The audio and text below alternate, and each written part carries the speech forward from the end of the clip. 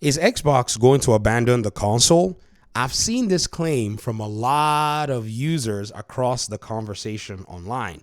Let's delve into some pertinent data sets. Let's see if the console is something that Xbox is going to abandon. And before I even start talking about the console, let's talk about right now two of Xbox's primary business strategies to stay in the gaming industry and actually make a dent or continue to make a dent. They've already made a dent, and that is Game Pass. First of all, we got to look at what Game Pass has to offer.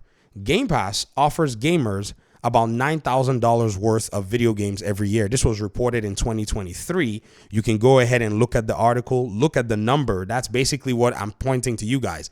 Remember the numbers, $9,000 worth of video games, and you're going to basically be able to find the article that says and tells you that Game Pass was able to add that much in terms of gaming value to their platform in 2023. So here's the article from True Achievements. You can go ahead and see it. Another thing too that Game Pass is very capable of doing is adding new games day one. If you look at the upcoming calendar, you can simply take your hand and your 5 fingers on one hand and calculate how much money you can save if you choose. And I'm not saying everybody needs to jump in there. No. This may not be for you. If you choose to actually go with Game Pass, you can count on your hand real quick how much money that service can save you. For instance, if we did a very quick rundown in terms of, okay, how much money can I pretty much save from Game Pass if I actually jump or make my way into the platform, you can say, number one, if I play, say, Indiana Jones, which is a full single player game at $70, if I play Stalker at $70, if I play Avowed at $70, if I play Atomfall at, how much is Atomfall, guys? Is it $70 too? Let's go ahead and look at the edition that we have here at $60. How much am I going to save? So $280 plus $60. And in the next 4 months, I can play basically, 340 or so. I can't even run the math off my head. $340 worth of games if I pay, say, $44 in subscription costs. That to me is the value of Game Pass. So this is what Xbox is pretty much hanging a lot of their work on. They're also improving and expanding the Game Pass ecosystem. They're adding cloud streaming, adding a few more services to sweeten the deal for everybody that's coming into the ecosystem to engage with.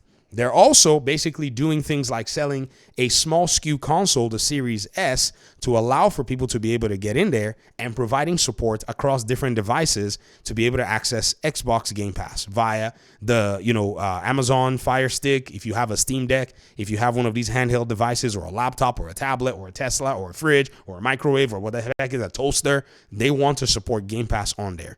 When all is said and done, having done, basically all of this stuff, it was found that Game Pass around 2021 was sitting around 25 million subscribers and bringing in about $3 billion a year. This is old data that I covered in, months ago in past videos.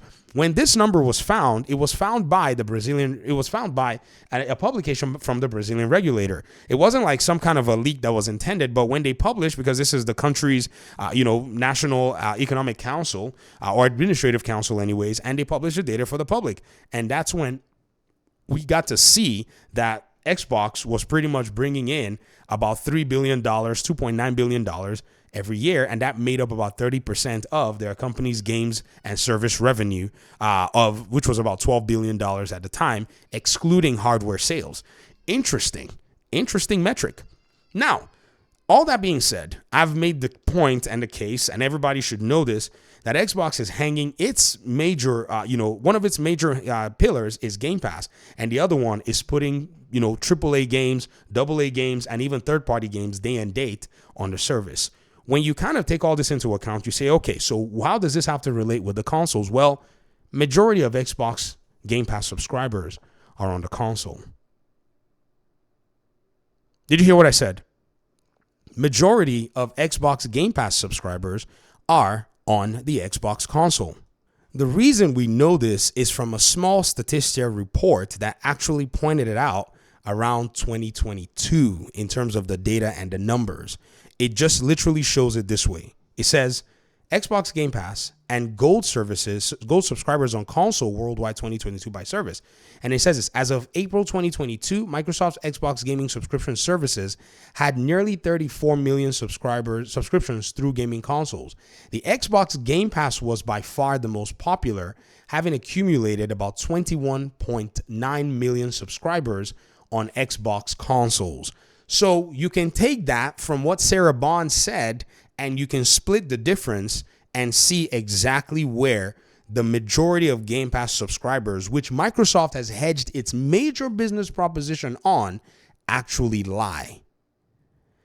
Now, again, for those who are saying that Microsoft will not continue to support Xbox, why would they leave the majority of their subscribers who are subscribing to their major business proposition? Why would they leave them in the dust? Why would they abandon them? This is an indictment on the fact that these people that are saying this actually maybe don't know or are lying to all of us in our faces. And I think the data and the numbers expose them. The next time anybody says that, go pull that data source and say, why would they leave their major subscriber base to Game Pass that they've poured in billions and billions of dollars into? Now that I've asked the question in the middle of this video, let's continue to see the investment that Microsoft has put into Game Pass and see if it can actually make sense. So I'm giving y'all the sandwich approach. I've shown y'all exactly why Game Pass is important. And then in the middle of the sandwich, the filling is that majority of the users of Game Pass are on console. We've seen the numbers from Statista. That number would have changed by now. But again, the delta in terms of PC players don't seem to be larger. And so now let's go ahead and continue to look more as to how the investment is going. So in 2021 or so, Microsoft goes ahead and acquires Bethesda.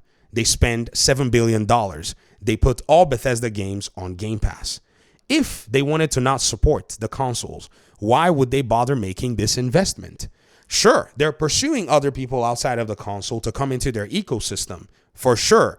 But the people in their ecosystem are already enjoying and are the benefactors of what's in their ecosystem. What I've noticed is the people that are not satisfied, they're only satisfied about what it is that they don't know that they're missing or what it is they feel they're missing. That's all it is. There's just a satisfaction that you can't basically satiate. It's human nature. Because for the most part, many of them will say things like, oh, Xbox keeps us in last place. No, homie, you are number one in Xbox's ecosystem. You are the one that makes Game Pass a reality. This is basically what the main crux of the matter is. So they've spent $7 billion. You have access to all Bethesda games. And then they decided that that's not enough. They're going to go out there and they're going to get Activision Blizzard. So they have 7 billion reasons to keep the console going. Oh, that was only in 2021 or so. Then they decided they were going to have 69 more billion reasons why they're going to keep consoles as a thing, because consoles hang on basically, or I would say the, sustainability of Game Pass majorly hangs on consoles.